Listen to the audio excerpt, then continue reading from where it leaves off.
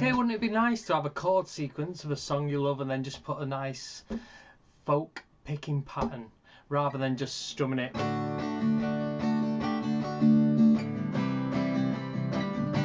So it's just doing something different. Now each shape, you've got 5 shapes. You've got a C, an A, a G, E and a D. So you can learn this pattern for each one of them, and then you can apply it to any sequence. So if I do a D, I'm doing that pattern here with this hand, and it doesn't matter what type of D I do. I could do a D minor, a D7, a D major 7, D minor 7. So it really doesn't matter what type of D you do, it's just the picking pattern is related to that shape. So in the C, I could do a C7, normal C, C7, C major 7. So we're going to learn the shapes. I'm going to show them in front of you now. Here's the D one. Now if you notice, the thumb is alternating on the 1st, 2nd, 3rd and 4th beat. It's alternating on these 2 strings. So that's holding down the bass. So if I show you this and then take away the, take away these fingers and just show you the thumb, it'd be, watch me thumb. So that's holding down the sort of bass line to this folk pattern. And the other notes are just in between, creating a nice rhythm to that pattern. Okay. So we're just going to layer it. So I want you to do a D shape. We'll just do a straightforward D major, and I just want you to pinch the 1st and 4th string together. So using your thumb on the 4th string, and then the next note is going to be your thumb on the 3rd string. So together that's 1, 2, 3, 4. 1, 2, 3, 4. 1, 2, 3, 4. 1, 2, 3, 4. Now the next note is on the 2nd string, and you're going to use your finger for that. So it's 1, 2 and 3, 4. 1, 2 and 3, 4. 1, 2 and 1, 2 and. Right, and the next note is back to the thumb on the 4th string on the 3rd beat. So this goes 1, 2 and 3, 4. 1, 2 and 3, 4. 1, 2 and 3, 4. 1, 2 and 3. Okay, so the next note is playing the 1st string with your finger. So it goes 1, 2 and 3 and 1, 2 and 3 and 1, 2 and 3 and 1, 2 and 3 and. Okay, the very last note of this pattern is on the 4th beat, and it's with your thumb on the 3rd string. So 1, 2 and 3 and 4. 1, 2 and 3 and 4. 1, 2 and 3 and 4. 1, 2 and 3 and 4. So I'll just show you my hands so you can see. Here, and just sometimes I use this finger, sometimes I use my 3rd finger like this. And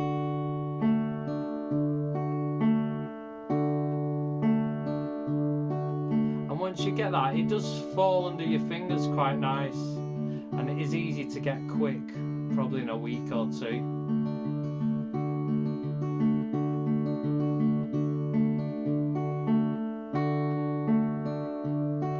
About remembering the sequence, and you'll notice it does fall under your fingers really nicely when you pick up speed with it. Okay, so let's just practice this pattern with a D minor and then we'll move on. So 1, 2 and 3 and 4. 1, 2 and 3 and 4. 1 with a D7.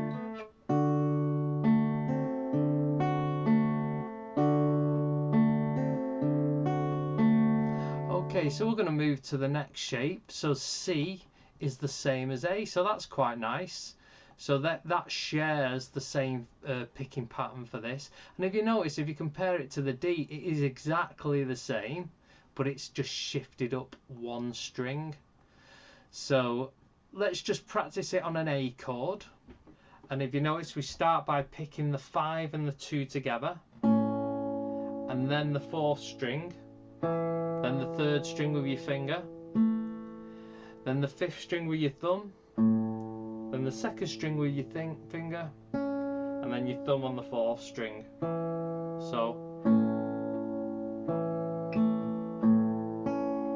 exactly the same pattern, but just moved up a string. You'll probably realise that you know this pattern because you've just been learning it. So 1, 2 and 3 and 4. 1, 2 and 3 and 4. 1, 2 and 3 and 4. 1, 2 and 3. Let's do an A minor. 1, 2 and 3 and 4. 1, 2 and A7. 1, 2 and 3 and 4. Any type of A chord. Let's try a C shape. So get on a C. 1, 2 and 3 and 4. 1, 2 and 3 and 4. C7.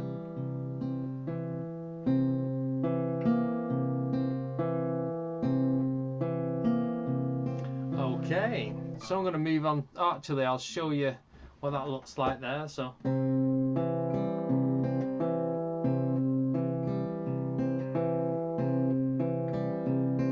it's exactly the same as the D. Moving up a shape. Okay, so the last shape is for the same for the E and the G, which is quite nice. So really you've got a D shape on its own because that's roots on the 4th string. C and A share the root on the 5th string, and E and G share a root on the 6th string. Okay, so it's good to know your roots of chords. So let's just try a G shape, standard G shape, and then we're going to pick. If you notice this shape compared to the last, these notes here are the same as what's on this shape, but it's just the thumb that moves to the 6th string. So your thumb now on this G shape has to jump and skip a string. So I'll just talk you through it.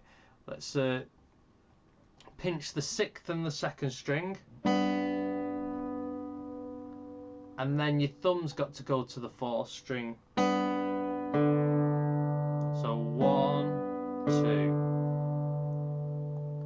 and then we're on the and a 2 on the 3rd string with your finger. 1, 2 and 1, 2 and then you come back to the root on the top string with your thumb on the 3. So 1, 2 and 3.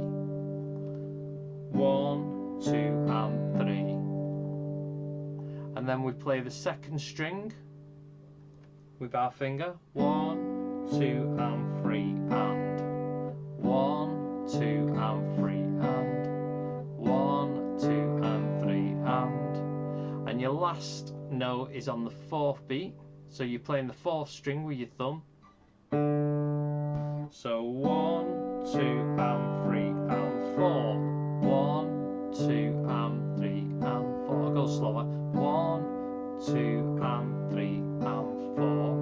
1, 2 and 3 and 4. So if you notice your thumb on that one, when you play this, is jumping a string.